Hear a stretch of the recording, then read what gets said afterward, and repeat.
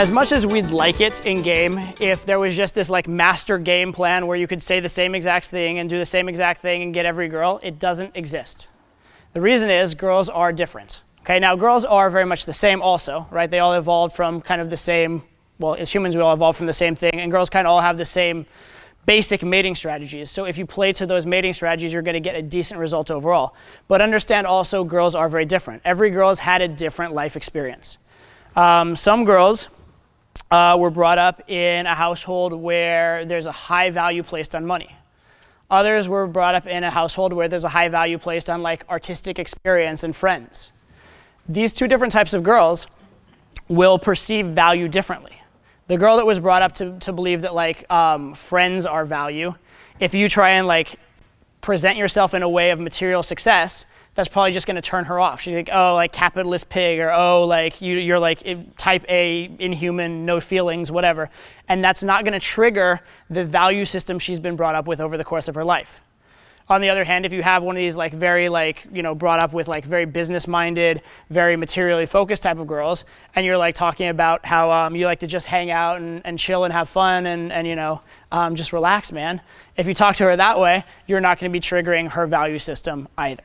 Okay, so that's just one of many examples where the way that someone was raised, the way they were brought up, is going to trigger a different response from them based on who you are.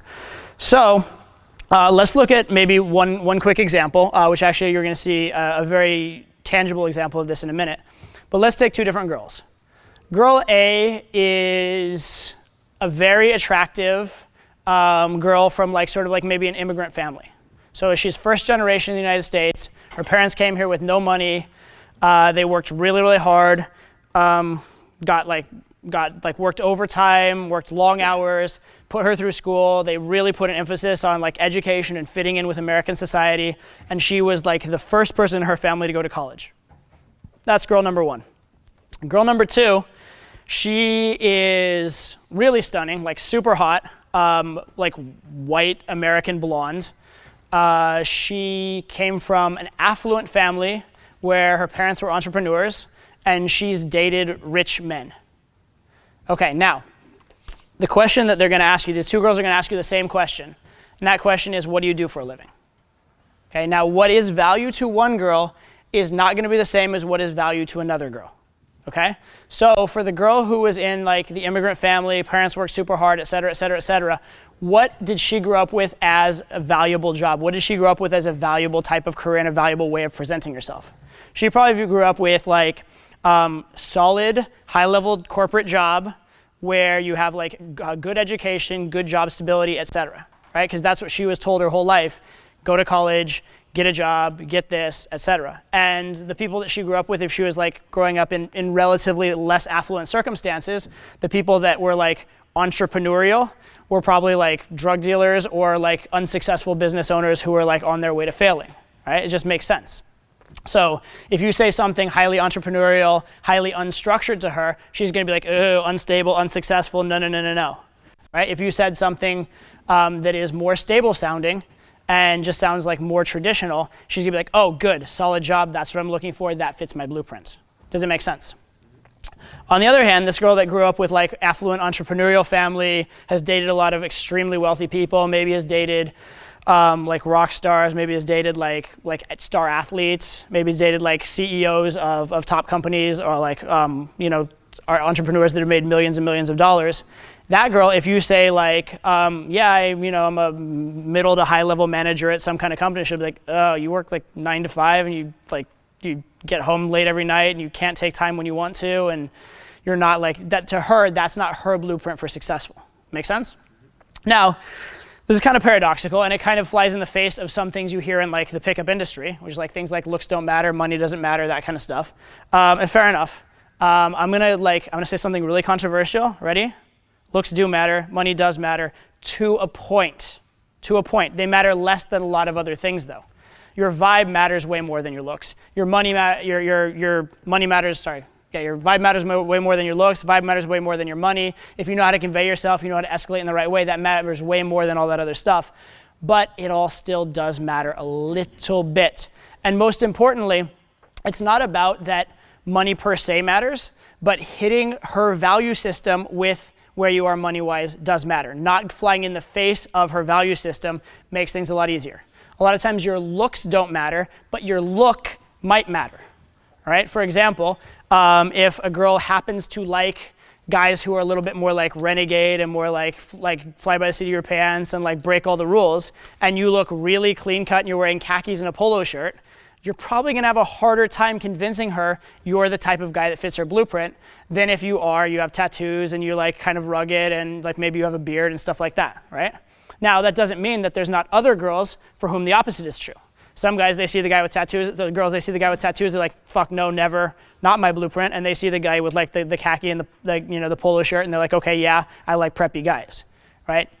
So it's not to say that one's necessarily always better than another, but girls do have blueprints, girls do have types, right? And you can get the girl even if you're not her type, but it's easier if you are her type. It's easier if you don't contradict her value system. To say like, you see, say you're wearing like a nice business suit and you see like a rocker looking chick, that doesn't mean don't go approach her, right? It doesn't mean you can't like pick her up wearing a business suit.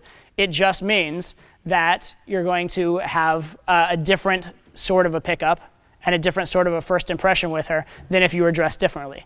And if you have a different lifestyle, you're gonna have a different interaction, a different type of relationship with a girl than you might otherwise. So understand that it's a difference, but it's not a limiting factor, it's not a limiting belief, okay? So that's where that all kind of comes down. But I want you guys to understand that. I also want you to understand that finding a girl's blueprint is much easier than you might think. You can take just about anything a girl says and you can start developing a blueprint from it. In fact, a lot of times you can look at a girl before you even approach her and have some idea of a blueprint. So here are some examples. Let's say that you see let's say you see an Asian girl who's dressed relatively conservatively, has kind of like closed body language, and is like by herself listening to like music on her iPod.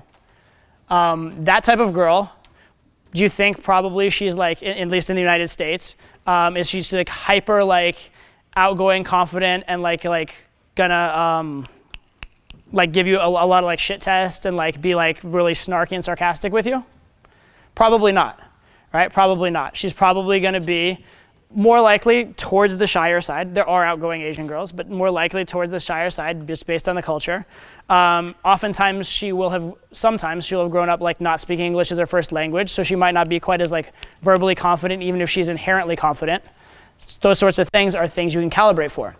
You might know just to inherently go with sort of a more nice, sort of sweet approach in that particular set just because of what's likely going to happen. Now, if you go with that nice, sweet approach and she immediately gives you a snarky, bitchy response, you super immediately calibrate and like go back in her face and deal with the bitchiness, right? So these sort of like stereotypes, they're just guesses. They're just a quick guess. It always matters far more what the actual girl gives you than what your previous experience is telling you. Always deal with the girl, not the blueprint, but the blueprint matters. On the other hand, you see some like tall blonde girl kind of overdressed in terms of fashionability, with kind of like the like bitchy look on her face, with like the like really, really fast like I'm in a hurry, I'm the shit kind of walk. You're probably not going to approach her with like a super sweet complimentary open. You probably have to do something to slam and get on her radar a little bit, and like you should expect some kind of like shit test and some sort of like maybe like snarkiness or some sort of like immediate dismissal you might have to push through, right? Now, that doesn't mean it's always going to happen, and it also doesn't mean you should be so afraid of that you either don't approach or you approach trying to like not be awkward or not create a scene. You still got to go hard, you still got to go right. But just know that given everything she's putting off, both in terms of like culture, look, body language, movement, all that kind of stuff, it's gonna give you an inherent idea of how to best approach. And if you approach all girls the same way, you're in for a lot of really, really rocky starts to your sets.